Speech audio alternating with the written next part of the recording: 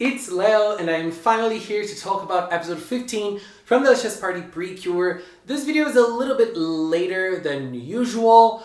I was at the Pride here in Brazil, so the Pride is in São Paulo, so I have to travel. It's a little far away from where I live, so I was not home to watch and talk about this amazing Kokone episode, but I'm finally here and it's finally time to talk about Kokone.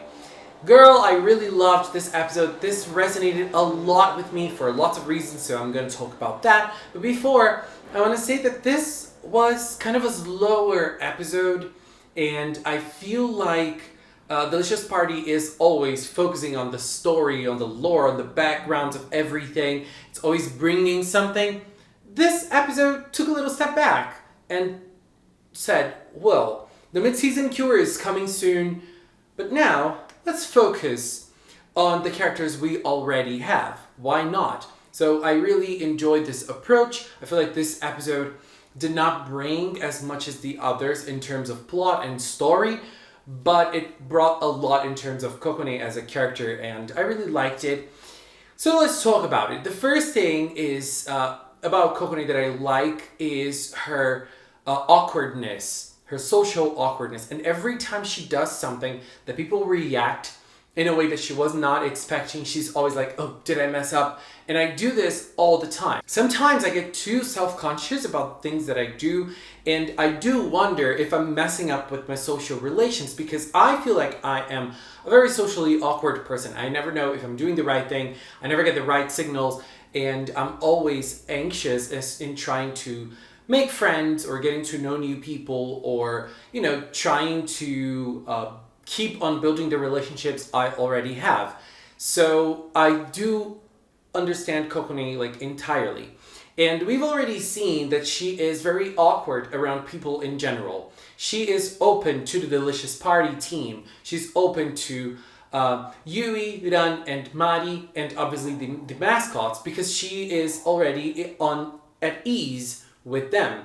But with the other people from school, she's not that much. Even though she started opening up, she already, made a little progress in earlier episodes, but she is still learning how to deal with that. And that's kind of what happened in this episode. So there was going to be this picnic, and Kokone is treated as kind of like a celebrity in her own class. And people were treating her like that. People wanted to be close to her. People wanted to get to know her better. And were they really wanting that, like, wholeheartedly? Or was it just because she was that mysterious figure that was created? And it was actually created because she was too shy to do anything and to approach people. But that created that mystical figure of who Kokone was at school. And so people wanted to approach her, and she was open to that, but she doesn't know how to do that. So when she gets the opportunity, she tries her best. So the girls help her, and they all cook together. She's very serious. I love that moment. She's very, very, very serious about cooking, and she's always like strict with the girls because that is very important to her. The girls' friendship is obviously important to her, but she also wants to make new friends, and she wants to have fun, and she wants to have a fun picnic with everybody. And even when Mari mentions something like having a picnic earlier in the day, like back in the day, Kokone starts wondering how that was, and she wants to replicate that. And when she gets to the actual picnic, she can't really do it. She was too in her head, and she was too worried about having a good time, and like that was the focus that she was having at the moment, but she was not able to do anything. She was not able to do what she wanted to do. She just went with the flow, and it did not work for her because she doesn't have the social abilities to create a nice situation. If she stayed with the girls from her class, she would probably have a better time, but she would probably also be kept wondering, what if I had a happy picnic with everybody from my class? So it wouldn't work either way. And because of that, she was not able to eat. She was not able to enjoy and have a good time about it. And I really love this because it is so real. And it is so symbolic of so many things that we try to do. And at least I try to do. Sometimes I'm thinking way too much like, I need to have fun. I need to enjoy myself. I need to enjoy my friends. I need to be friendly with those people that I don't know very well. So I need to try my best. And I always keep getting on my head and I don't enjoy the actual moment.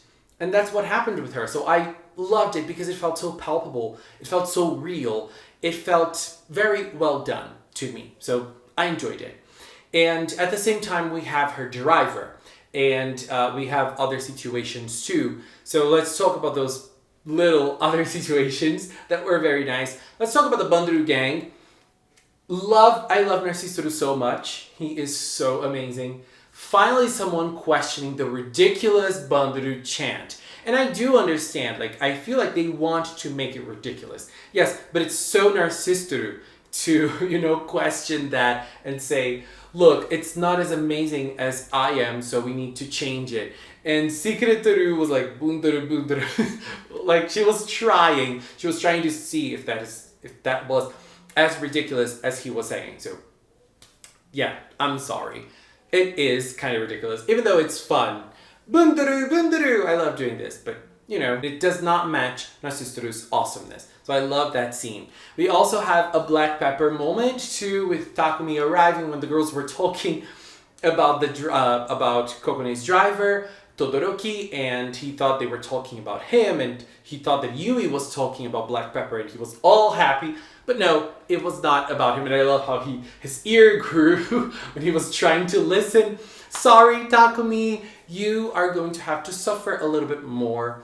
And it's just funny to see that. It's just very funny to see that. I love it. And obviously we have Todoroki, which is also a star in this episode. We have another mysterious figure posting pictures on the internet of places to eat, and then is following them on her hardcore watch. And we don't know who that figure was, but obviously we learned later that Todoroki was that figure. And I really enjoyed Todoroki because he seemed to know a lot about Kokone, and he understood that Kokone did not have a good time.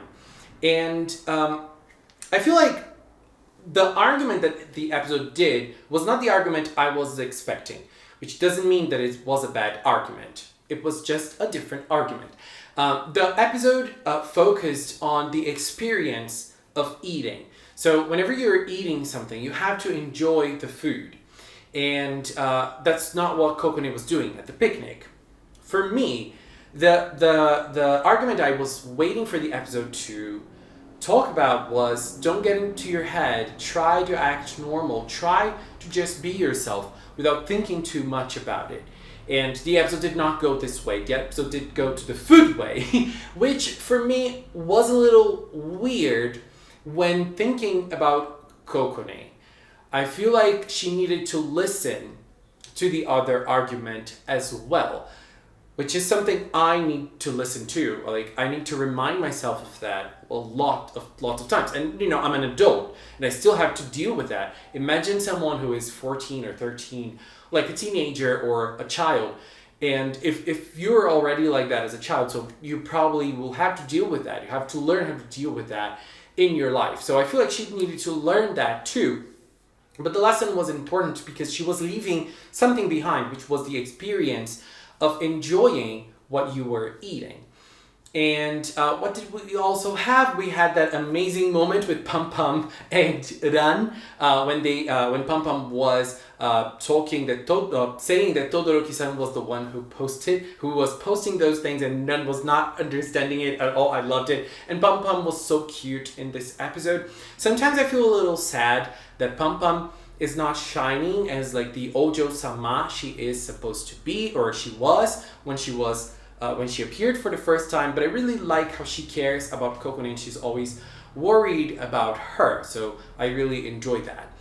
And so we have the fighting scene, which was very, very weird. I think it was not a good fighting scene at all. But I love that Black Pepper did not have to participate, and Spicy was able to do an awesome Spicy Shoryuken. Spicy, I love you for that. And we also were able to see Spicy baking again, which is her solo attack with the Juicy Mixer, and I loved it. Girl, it was so amazing. So awesome. I love this attack. This is my favorite attack from Delicious Party, I think. And Precious's solo attack is very nice as well. But both the solo attack without a weapon, the first one with the triangle, those are my two faves. I love them. So I was very happy to see that. And so this wasn't a very important episode to me. I feel like enjoyed it a lot. And I resonated with so many things that happened on it. So I'm very happy with episode 15. We also had a little scene with Dun, which is going to tie to the next episode, episode 16, which was when she was talking about the fried rice, and she was trying to explain in her own way how she was feeling when she was eating it, and then someone else arrived and she stopped because she probably feels like it's too weird for other people and people would be grossed out by it. And so she like tames herself a little bit to not appear this way to other people. This is probably going to be addressed in the next episode, which is another thing that I enjoy. Let's see how the show will tackle it, but I feel like Delicious is in good hands. I feel like the show itself is being very well written in lots of many points, and I'm curious about it. So yeah, this was a particular favorite of mine, I think, because of those personal reasons and me just getting along with how Kokone feels. So I feel very like similar to Kokone in lots of ways, and this is another one already. So I resonate to Kokone a lot. So girl, that's awesome. Anyways, babies, this is my view on episode 15 from Delicious Party PreCure.